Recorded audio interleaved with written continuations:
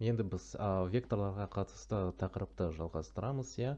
Осы жерде енді біз вектор проекциясын қарастырамыз. Иә, вектор проекциясы. Мысалы, бізде белгілі бір А вектор берілсін. Иә, мынау жаңа А векторымыз. Енді осы жерде біздің оның проекциялары Y және X осьтеріне жатады. Мысалы, мынау бізде болсын Y, мынау бізде болсын X. Так, басқа бір түспен белгілейік. Y және де X. Үстіндегі проекциясын енді жүргізу үшін, мынау жерден біз ол перпендикуляр жүргіземіз. Басынан, ұшынан. Я, мынау жерде мысалы X2 болсын, мынау жерде X1. Енді оның X осіне проекциясын табу үшін біз жазамыз AX тен X2 минус X1 болды. Дәл сонда сияқты бізде оның Y осіне проекциясын жүргіземіз, яғни перпендикулярды саламыз. Мынау жерде Y2 болады, мынау жерде Y1. Y тен Y2 минус Y1. Енді, егер де біз тағы да бір астында, енді осы осьтерсіз егер де салсақ, мысалы А векторымыз,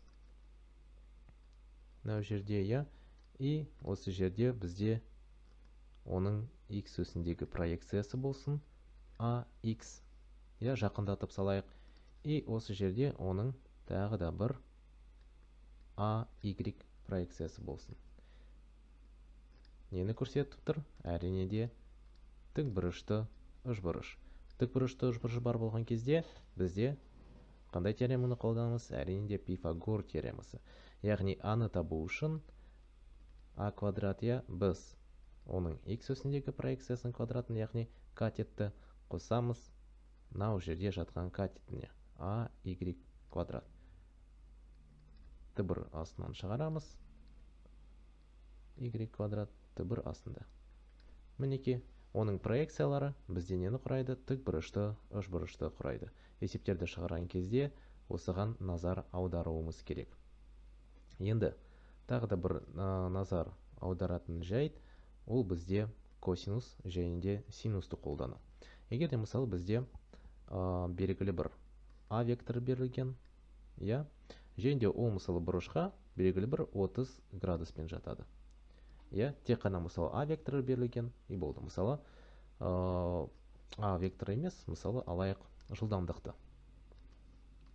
Иә, жылдамдықты алайық. Мысалы V бастапқы оның жылдамдығы 10 метр секундпен, мысалы горизонтқа бұрыштай лақтырылуды 30 градуспен. Иә, мен таба аламыз. Оның X осіне проекциясын, яғни VX. Және де табуға болады оның Y осіне проекциясын, яғни VY. Негізінен VY-іміз бізде осы жерде жатып тұр, бірақ та біз оны алдық та осы жерге ауыстырдық. Енді, егер де бізде тек қана гипотенуза берілген болса, және де бұрыш берілген болса, біз осы катеттерді таба аламыз. Мұнда, мысалы, бірінші синус алайық, синус 30 градус, ол бізде қарама қарсы жатқан катет, яғни VY-тің гипотенуза қатынасы, яғни бөлінген V0. И осы жерде оңай түрде біз VY-ті таба аламыз, яғни V0 көбейтілген синус 30 градус. Дәл сондай сияқты VX-ті табуға болады, яғни косинус енді 30 градус тең болады VX бөлінген V0.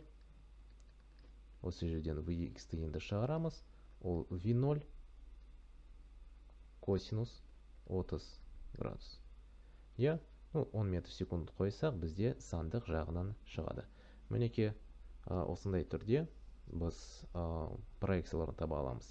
Біріншісі, егер де бізде нелер берілген болса, AX және де AY берілген болса, Пифагор теоремасы арқылы оңай түрде А-ның шамасын таба аламыз. Сәйкесінше, керісінше егер де болса, егер де бізде мысалы белгілі бір бұрыш болса, және де осы гипотенуза, яғни негізгі шамамыз біз синус және косинустар арқылы VY пен VX-ті, яғни оның Y осіне және де X осіне проекцияларын оңай түрде таба аламыз.